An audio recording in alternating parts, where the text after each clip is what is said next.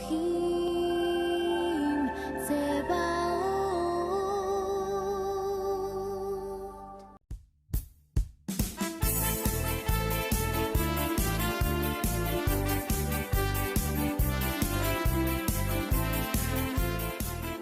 Dios les bendiga, qué alegría poder saludarlos el día de hoy y gracias a Dios porque nos permite tener estos espacios para fortalecernos con su palabra. El mensaje de hoy es Jesús, el agua de vida eterna. Quiero invitarte para que leamos San Juan capítulo 4, versículo 14, dice así la palabra del Señor.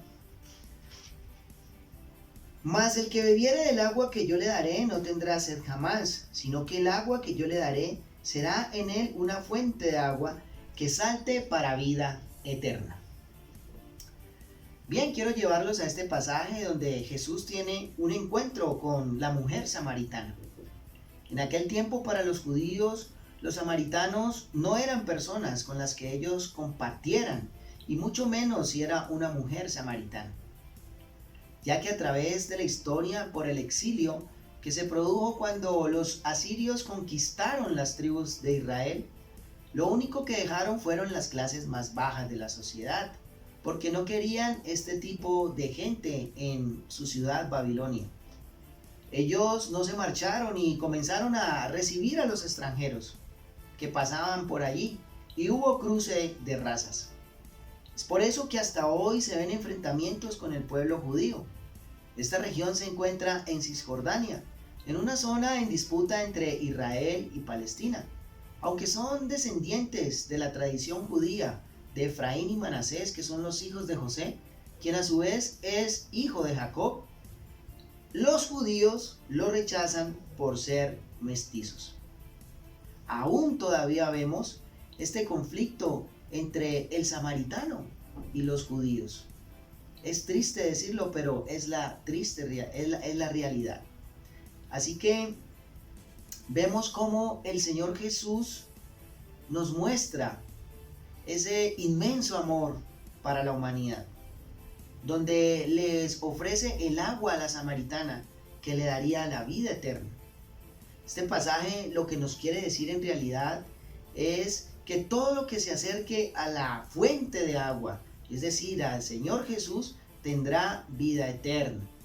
Lo primero que debemos hacer es conocerlo a Él. Y lo primero que debemos entender es que la palabra es la que nos ayuda a conocerlo y a tener el verdadero significado de la salvación y de la vida eterna. Beber del agua de vida no es más que vivir bajo los criterios de Dios y siempre tratando de ser ejemplo en nuestros ambientes, ejemplo de personas de bien, haciendo todo lo cotidiano con amor sin importar lo que tengamos que hacer y a quién se lo estamos haciendo.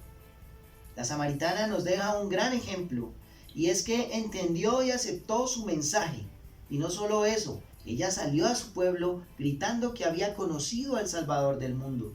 Les habló de lo que Jesús le dijo a ella y a su transformación.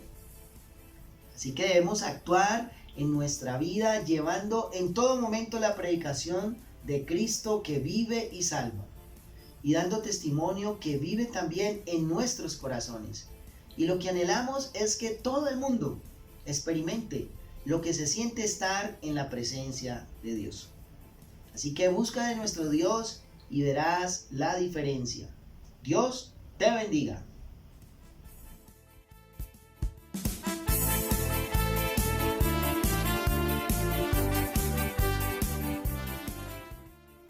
Continuamos con nuestra quinta parte de estudio, ¿quién es Dios?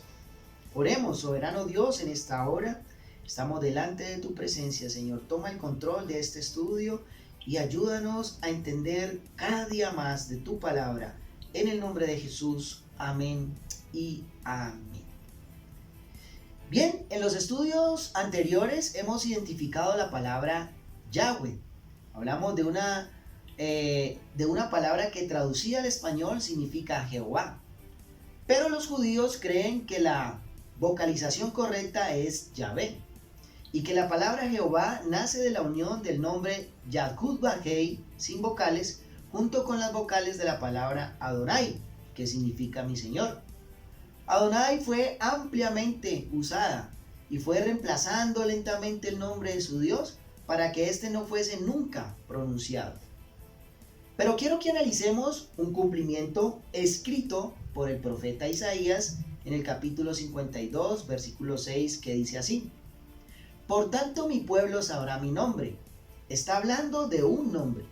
Por esta causa en aquel día, la redención de nuestros pecados. Porque yo mismo que hablo, he aquí estaré presente. Es decir, la manifestación de Dios en carne, en Jesús. Amén, gloria al Señor. Pero cuando pasamos al griego, recordamos que en los estudios pasados hablamos de la Biblia, de los 70, donde la tradujeron al griego. Y es aquí donde encontramos la palabra teos, que significa Dios o dioses. La etimología de la palabra Dios viene directamente del latín deus, que significa deidad de Dios. Al término latino se deriva a su vez de la palabra deivos, de lo que deriva asimismo el término griego theos o Zeus. Es decir, para una distinción de hablar de Dios en griego, pronunciaban esta palabra theos, pero también a los dioses paganos. Eso lo encontramos en algunos pasajes del Nuevo Testamento. Recordemos que los griegos tenían su mitología, donde es un conjunto de mitos y leyendas pertenecientes a la cultura de su antigua Grecia, que trataban siempre de hablar de sus dioses y de sus héroes. Ahora podemos entender que Theos no es solamente un nombre o es el nombre de Dios, no. Simplemente lo reconocen como un nombre para varios dioses, pero el verdadero nombre de Dios lo encontramos claramente en la palabra de Dios y donde encontramos tajantemente que Dios tiene un nombre. Encontramos algunos versículos de la Biblia donde vemos en Salmo 68:4 dice: Cantad a Elohim, cantad salmos a su nombre. Habla de un nombre. En Salmo 20, capítulo 20, versículo 5 también nos habla de un nombre. El Nuevo Testamento está en plena armonía con el Antiguo Testamento. Romanos 2:24 dice: y en el nombre de Theos es blasfemado entre los gentiles por causa de vosotros. Habla también de la palabra Theos. En 1 Timoteo 6:1 también nos habla, que dice que el nombre de Theos es la doctrina.